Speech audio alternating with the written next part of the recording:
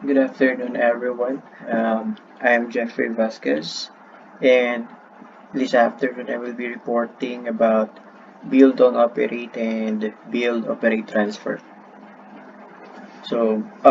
It's on Republic Act number 7718, the build operate transfer law, the implementing rules and regulation of the RA number 6957 as amended by RA number 7718. It's entitled Enacting Authorizing the Financing, Construction, Operation, and Maintenance of Infrastructure Projects by the Private Sector and for other purposes. So, in Section 1 of the Republic Act 6957 is the declaration of policy. So, it is declared policy of the state to recognize the indispensable role of the private sector as the main engine for national growth and development and provide the most appropriate incentives to mobilize private resources for the purpose of financing the construction, operation, and maintenance of infrastructure and development projects normally financed and undertaken by the government.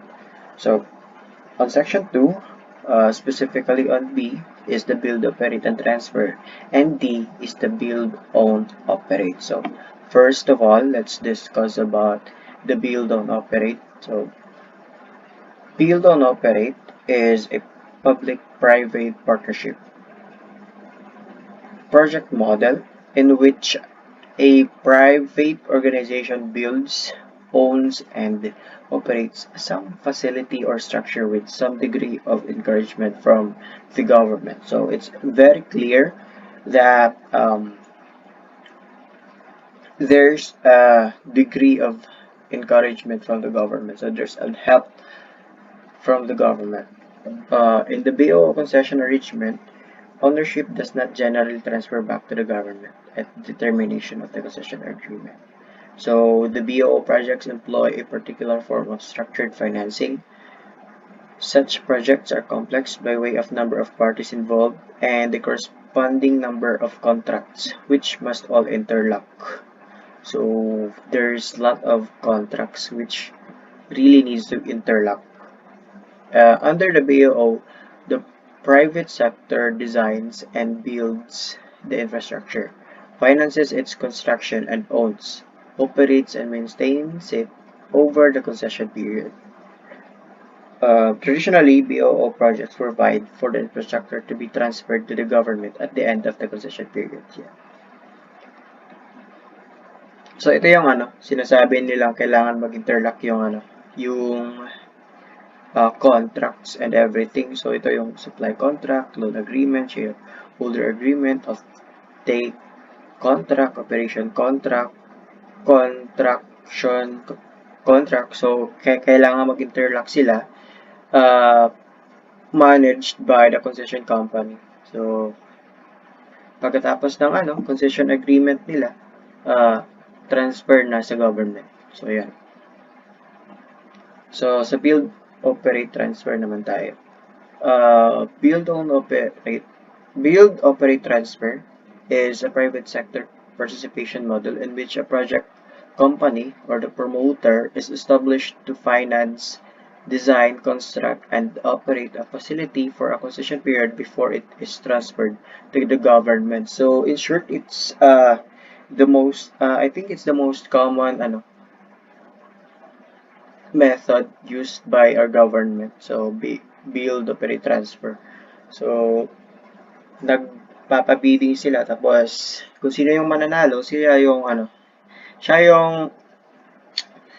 mag finance tsaka gagawa ng construction of your project. Tapos pagkatapos ng project, saka pa sila babayaran ng government tapos ita-transfer na sa government yung project. Then financing of BOT project is different from conventional system because they are financed on the project finance basis with no or limited resources. So, yan. Walang resources na galing sa nagpapagawa ng project or sa government. So, gagawin lahat yan ng, ng contractor or yung private company. Then, the project company has the responsibility for all contracts, including the construction contract. So, yan.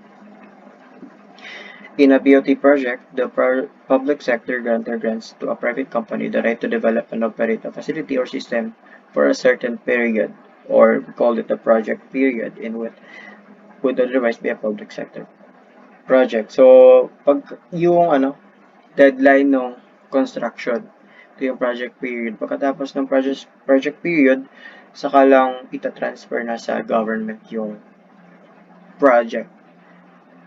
Tapos, doon na babayaran yung contractor or yung private Then the operator finances, owns, and constructs a facility or system and operates it commercially for the project period, after which the facility is transferred to the authority.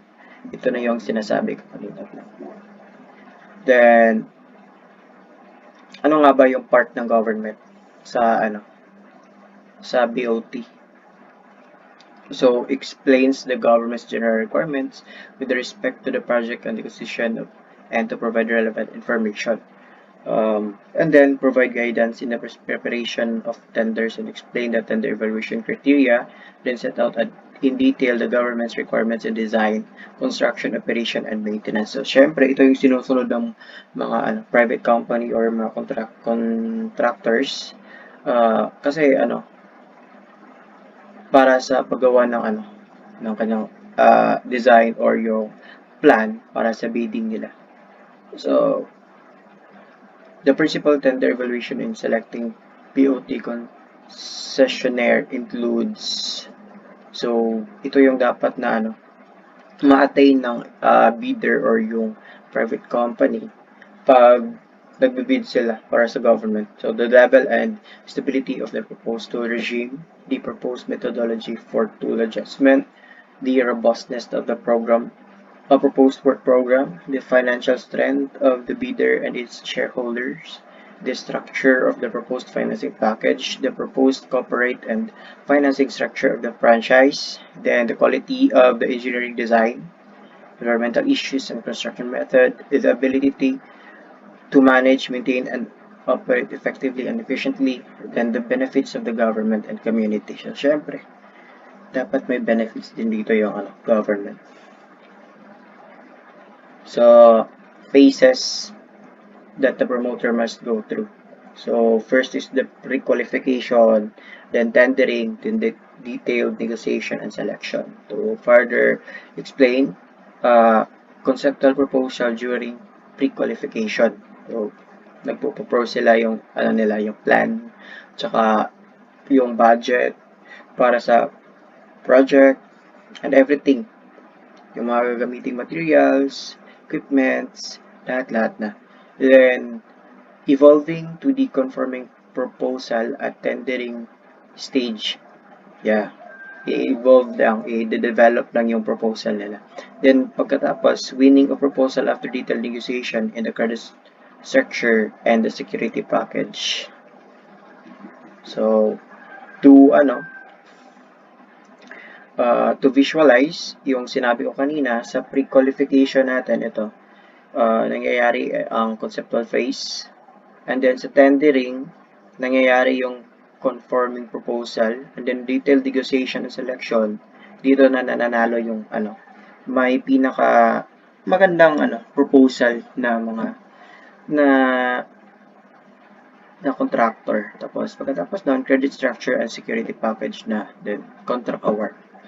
So, to further discuss yung ginagawa ng project company, so yun, ito lahat yun.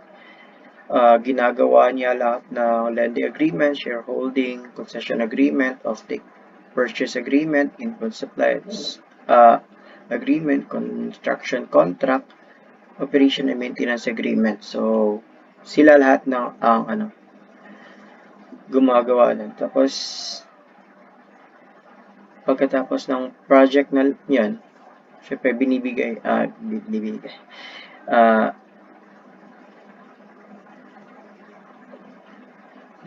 sa government. Yan lang. And that's all. Thank you. If you have any questions, please